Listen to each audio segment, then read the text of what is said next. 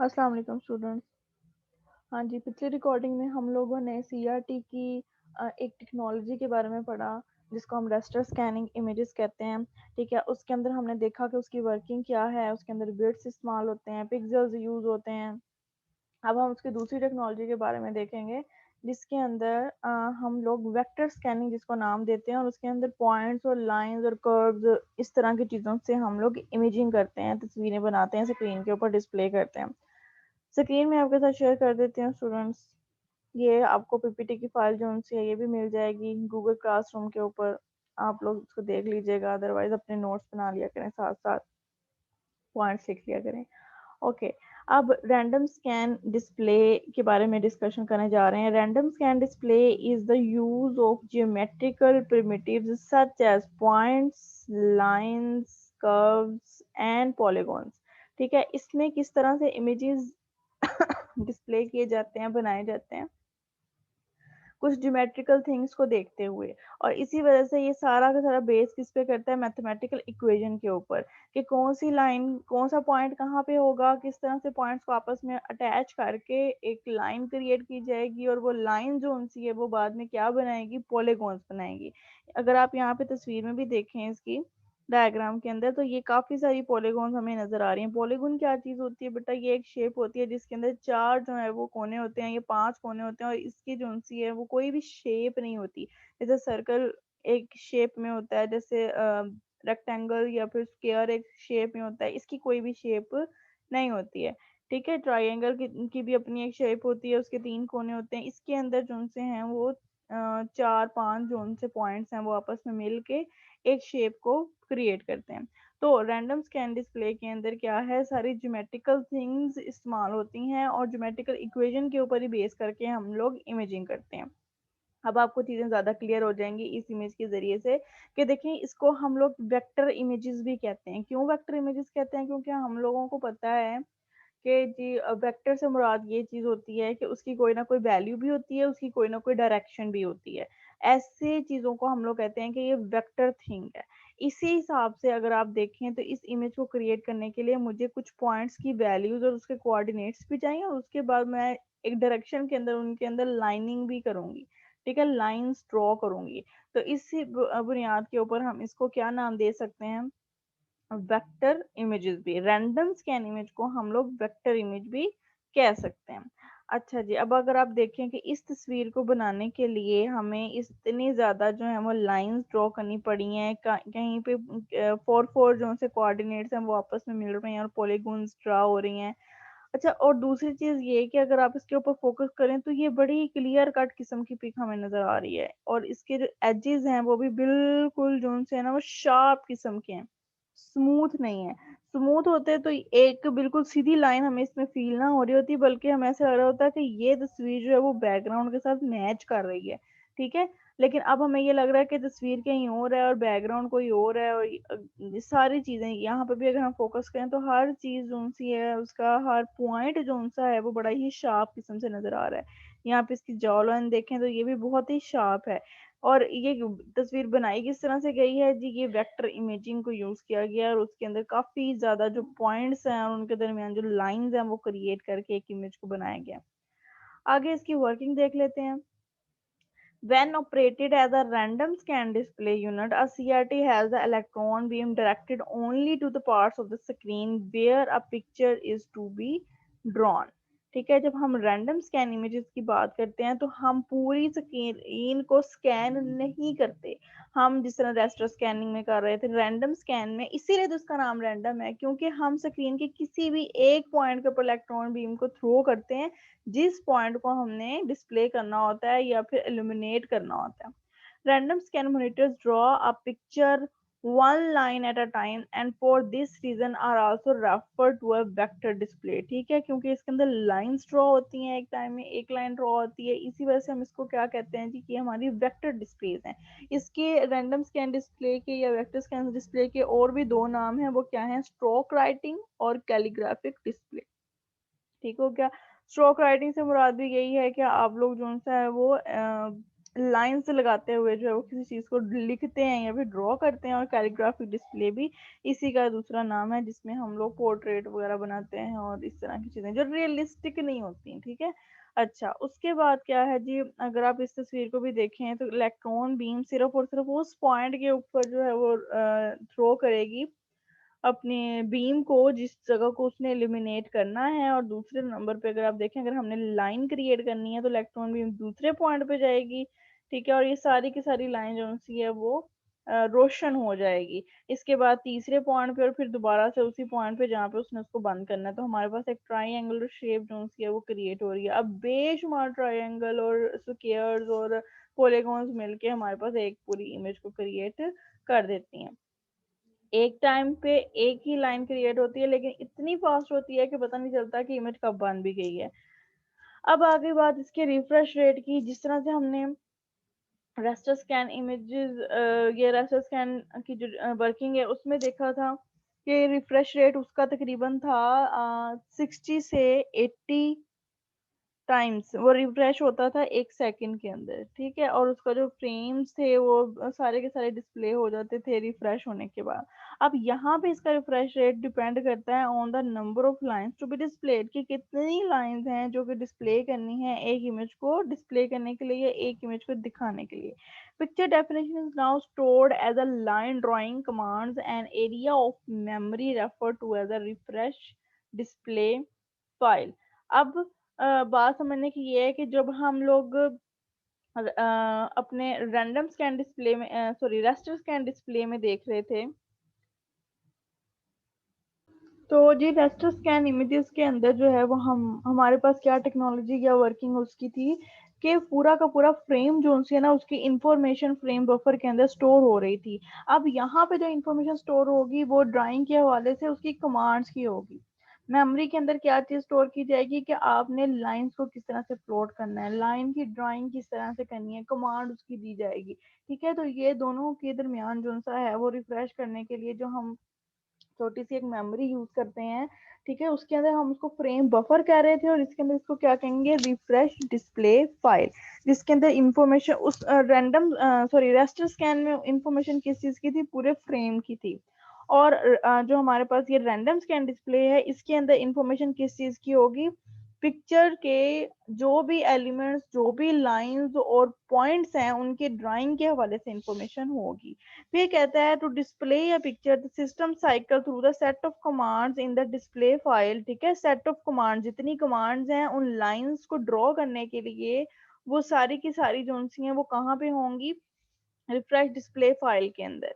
Drawing each component line in turn. अच्छा जी, उसके बाद कहता है random scan display are designed to draw all the component lines of a picture 30 to 60 times each second, के हम लोग इसका जो रिफ्रेश रेट रखा हुआ है वो कितना होगा, 30 to 60 टाइम्स होगा एक सेकंड के अंदर। इसके इसमें अगर आप देखें तो हम लोग यहाँ पे क्लियर कट जो है ना वो डिफरेंस क्रिएट कर सकते हैं सीआरटी की दोनों टेक्नोलॉजीज के दरमियान, रैंडम के लिए भी और रास्टर के लिए भी।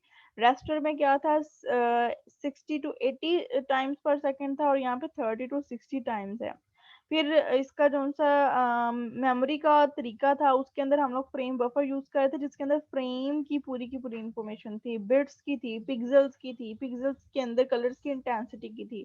और यहाँ पे इंफॉर्मेशन क्या होगी हमारे पास, लाइंस की, पॉइंट्स की, कमांड्स की, कि किस तरीके से जो है वो ड्रॉ करनी है एक लाइन। ठीक हो गया। इसके बाद आ जाता है रेस्टर। अब ये भी दोनों के दरमियान डिफरेंस है। जो रेस्टर सिस्टम प्रोड्यूस करता है वो जैक्ड लाइंस होती थी। जैक्ड लाइंस क्यों आ जाती थी, जब क्योंकि वो स्मूथ एजेस जो से हैं वो होते थे और वो शार्प एजेस नहीं होते थे। जब उन स्मूथ एजेस को हम लोग जूम करते थे तो वो पिक्सल जो से हैं वो हमें फील हो रहे होते थे कि अच्छा इनकी जो इंटेंसिटी है ना वो आहिस्ता आहिस्ता आहिस्ता कम या ज्यादा होती जा रही है, एक कलर से दूसरे कलर में चेंज होती जा रही है। ठीक है। अब ये इसने बनाया जी आउटलाइन और ये बनाई है फील्ड। ये आउटलाइन प्रिमिटिव्स है कि किस तरीके से आउटलाइन डिजाइन होती है, उसके बाद ये इसके अंदर फिलिंग है, आहिस्ता आहिस्ता कलर जो है वो डार्क होता जाता है या फिर ऊपर अगर देखें तो लाइट होता जाएगा। अगर ये सिर्फ और सिर्फ ब्लैक एंड व्हाइट की बात कर रहे हैं तो इसके दरमियान कुछ ऐसा एरिया होगा जहाँ पे ग्रे ग्रेश से कलर्स आएंगे, अगर ब्लैक एंड व्हाइट के दरमियान भी हम देखें। ठीक है, लेकिन अगर यहाँ देखें तो या ब्लैक होगा या फिर व्हाइट होगा, इसको हम कहेंगे कि ये शार्प एजेस हैं। अच्छा, यहाँ पे ये लोग ये देखें लिखा हुआ है vector display product smooth line drawing. अब ये लाइन जो है ना वो स्मूथ है, लेकिन उसके जो एजेस हैं, या जिस तरीके से मैं आपको बता रही हूँ पिक्चर एलिमेंट्स हैं, वो स्मूथ नहीं रहते हैं, वो शार्प हो जाते हैं। ठीक है, लाइन तो डेफिनेटली स्मूथ है, देखो ये लाइन जो सी है वो आगे पीछे कर रही है, गड़बड़ हो रही है। ठीक है, लेकिन ये वाली जो लाइन है वो बिल्कुल सीधी है, इसलिए इसने इसको लाइन की ड्राइंग को स्मूथ कहा है।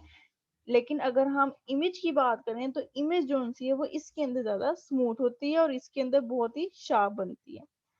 ये इनके दरमियान डिफरेंस है। अब आप देखें कि वेक्टर ड्राइंग किस तरीके से होती है, पॉइंट्स होती हैं, और देखें डायरेक्शन आ गई है। वेक्टर्स के अंदर हमेशा जो है वो हम पॉइंट्स की, लाइंस की और डायरेक्शंस की बात करते हैं, और यही इंफॉर्मेशन जो सी है वो इसके डिस्प्ले यूनिट के अंदर सेव की जाती है। ये डिफरेंस हो गया। अब अगर आप देखें तो रैंडम स्कैन डिस्प्ले जो सी हैं ये क्यों बनाई गई हैं, ये डिस्प्ले करती हैं, डिजाइन करती हैं लाइन ड्राइंग एप्लीकेशंस में, and can not display realistic shades scene. अब ये अगर आप देखें तो ये एक बड़ी रियलिस्टिक किस्म की पिक्चर हमें नजर आ रही है, कहीं पे शेडो है, और इस तरीके से ये देखें इसके भी एजेस जो से हैं वो इस तरीके से स्मूथ हैं, एक दूसरे में स्मज हुए हुए हैं, लेकिन ये जो से एजेस हैं वो बड़े शार्प हैं, और हमें ये एक रियलिस्टिक पिक्चर नहीं लग रही है। तो जो हमारे रैंडम स्कैन डिस्प्लेज हैं ये रियलिस्टिक पिक्चर्स को नहीं दिखा सकते, रियलिस्टिक शेड्स को नहीं दिखा सकते हैं, ये सीधी सीधी लाइनें बनाते हैं और उन लाइन के अंदर कलरिंग कर देते हैं। इसके बाद एडवांटेजेस क्या हैं, random scan displays have higher resolution than raster scan displays. ठीक है, रेस्टर की निस्बत रैंडम की जो रेजोल्यूशन है वो हाई होती है, डेफिनेटली शार्प इमेजेस हैं, पूरा पूरा जो सा है वो कलर हमें मिल रहा होता है, उसके अंदर अंदर कोई भी मिक्सिंग नहीं हो रही होती, तो उसकी रेजोल्यूशन जो सी है वो अच्छी आती है। और अगर आप इसको जो है वो जूम भी करते हैं रैंडम स्कैन की इमेजेस को, तो भी उनके पिक्सल जो उनसे हैं वो आपस में ब्रेक नहीं होते, पिक्सल उसके फटते नहीं है। फिर random displays product smooth line drawing, इसमें जो लाइन ड्रॉ होती है वो बहुत ही स्मूथ होती है, आगे पीछे नहीं जा रही होती है। This minimal amount of information translates to a much smaller file size, और file size compare to a large raster images. जो रेस्टर इमेजेस हैं उनके हिसाब से इसके अंदर जो अमाउंट ऑफ इंफॉर्मेशन है वो कम होती है। ठीक है, इसकी वजह से इसका जो फाइल साइज है वो भी क्या बनता है, कम बनता है। डेफिनेटली उसके अंदर पूरे पूरे फ्रेम की इंफॉर्मेशन है, और इसके अंदर सिर्फ और सिर्फ कोऑर्डिनेट्स की और पॉइंट्स की इंफॉर्मेशन है, तो फर्क तो पड़ेगा ही साइज के अंदर।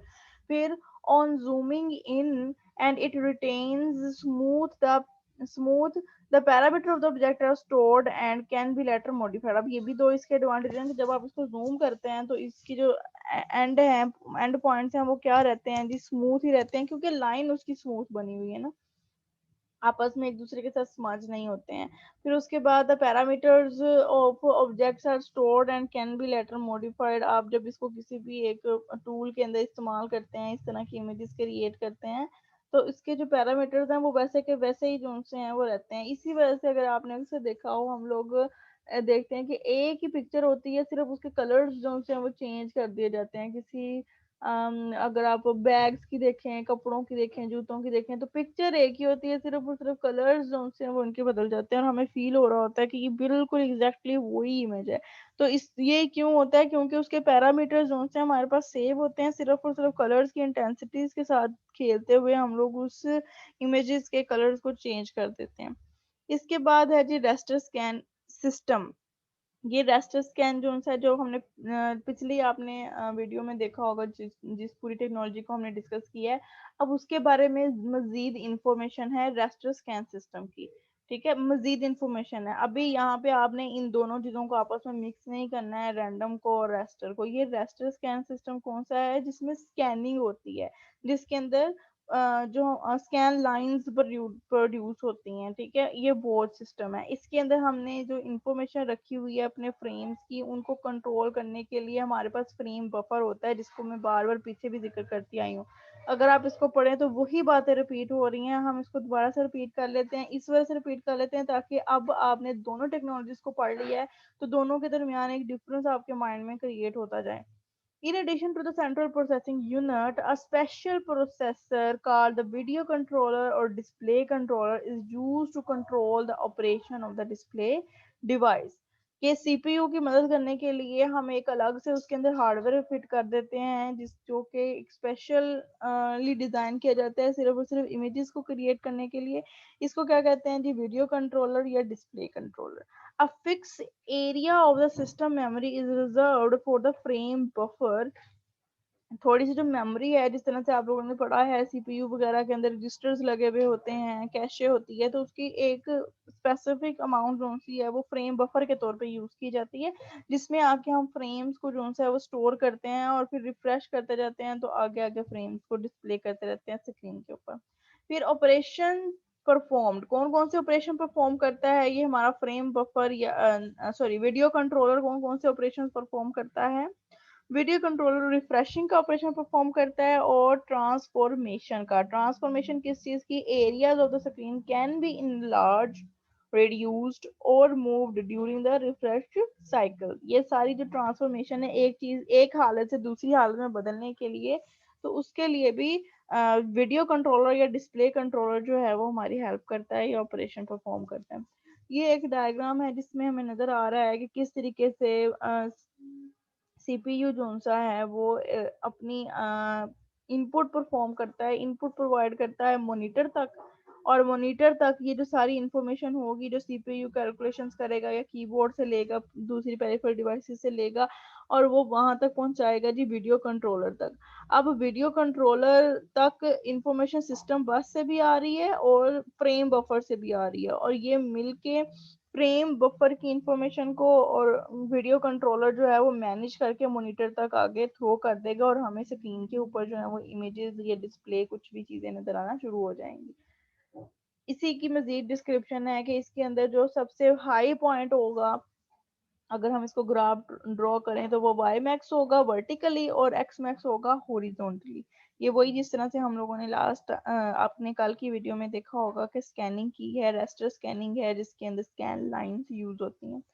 Frame buffer location and the corresponding screen position are referenced in Cartesian coordinates। हमने coordinates अगर हमने create कर ली हैं तो उसके अंदर scan lines किस तरह से होंगी? Labeled from y max at the top of the screen to the zero at the bottom। मतलब यहाँ पे जीरो होगा और ये उसका टॉप मोस्ट एरिया है। फिर ऐसे यहाँ पे जीरो होगा और ये इसका x मैक्स एरिया। फिर two registers are used to store the coordinate. अभी जो टू रजिस्टर्स हैं आप कह सकते हैं कि ये हमारे पास फ्रेम बफर्स के तौर पे काम करेंगे जो कि इंफॉर्मेशन को स्टोर करेंगे इमेज की। यही उसकी जो सी है, जैसे हम आपने पहले देखा ये एक सिंपल डायग्राम थी, अब इसके अंदर हमने मजीद जो है वो फ्रेम बफर, ये जो फ्रेम बफर था हमारे पास ये वाला, इसको हमने मजीद जो है वो दो पार्ट्स में डिवाइड कर दिया किस तरह से, एक्स रजिस्टर और वाई रजिस्टर के नाम से, और बाकी चीजें तकरीबन वही हैं। फ्रेम बफर में कलेक्टिवली इंफॉर्मेशन आती है एक्स के हिसाब से भी वाई के हिसाब से भी, और इसको जो है वो इंटेंसिटी क्रिएट करके कलरफुल इमेजेस जो सी हैं वो जनरेट कर दी जाती हैं और आगे इंफॉर्मेशन मॉनिटर तक पहुंचा दी जाती है। ये चीजें जो सी हैं ये सिर्फ अपना कॉन्सेप्ट क्लियर करने के लिए हैं, और आपको पता होना चाहिए कि किस टेक्नोलॉजी में किस तरह की इमेजेस प्रोड्यूस की जाती हैं और उनके क्या क्या एडवांटेजेस और डिसएडवांटेजेस हैं। अब ये जो डिस्प्ले प्रोसेसर की हम यहाँ पे बात कर रहे थे, ये वाला डिस्प्ले कंट्रोल और डिस्प्ले प्रोसेसर, उसके बारे में थोड़ी सी मजीद डिस्क्रिप्शन है। The purpose of the DP या display processor is to free the CPU from the graphic responsibilities. CPU का इससे कंसर्न हम खत्म कर देते हैं कि ग्राफिक डिजाइनिंग के अंदर हमने कौन कौन से पॉइंट को एलिमिनेट करना है, किस तरीके से जो है वो इमेजेस को डिस्प्ले करना है। A major task of the display processor is scan conversion. Scan conversion क्या चीज होती है? जिस तरह से हम पूरी लाइन को स्कैनिंग करते हैं और उसके हिसाब से इमेज को कन्वर्ट करते हैं। स्कैन कर वगैरह यहाँ पे लिखा भी है, इसकी definition is digitising a picture definition given in the in an application program into a set of pixel intensity values for storage in the frame buffer। Frame buffer में जो भी इंफॉर्मेशन है उसके हिसाब से एक इमेज को क्रिएट करना, डिजिटाइज कर देना। उसको डिजिटाइज करना कैसे होता है बल्कि यहाँ पे देखें 01 के फॉर्मेट में। अब इस घर को और एक चांद को मॉनिटर के ऊपर डिस्प्ले करने के लिए ये सारा जो सा है वो एक इंफॉर्मेशन होगी जो कि video controller display controller manage करते हुए मॉनिटर तक पहुंचाएंगे। अच्छा जी, इसको भी यही चीज़ें हैं, बस मज़ीद जो-सा है वो उसको अच्छे तरीके से इलैबोरेट किया गया है। ओके, आपके जो सीईआरटी का पूरा टॉपिक है वो अब कवर हो गया है। सीईआरटी के टॉपिक में कोई क्वेश्चन है, कोई मसला है, लाज़मी तौर पे ऑनलाइन सेशन में पूछ लिया करें। और मैं दूसरा आपको रिपीट कर दूँ कि अपने प्रोजेक्ट्स के ऊपर बहुत ज़्यादा फोकस करें। अपने प्रोजेक्ट्स कौन से हैं वो जितना ज़्यादा हो सकता है आप लोग फाइनलाइज करके रख लें। डॉक्यूमेंटेशन साथ साथ जो है वो ज़रूर स्टार्ट कर लें। बिल्कुल जो है वो आपके लिए टाइम कम रह जाएगा। एक दफ़ा अगर रमज़ान कंप्लीट होता है तो आपको कोई भी डेट दी जा सकती है कि अब आप जो है वो इवैल्यूएशन के लिए आ जाएं। ठीक है, इसलिए अपना काम आप लोग पूरा रखें। और जितने बच्चे मेरी सुपरविजन के अंदर हैं वो लोग भी इन कांटेक्ट रहें और अपना काम जो है वो लाजमी तौर पे चेक करवाते रहें। Okay students, mark your attendance. अल्लाह हाफिज़।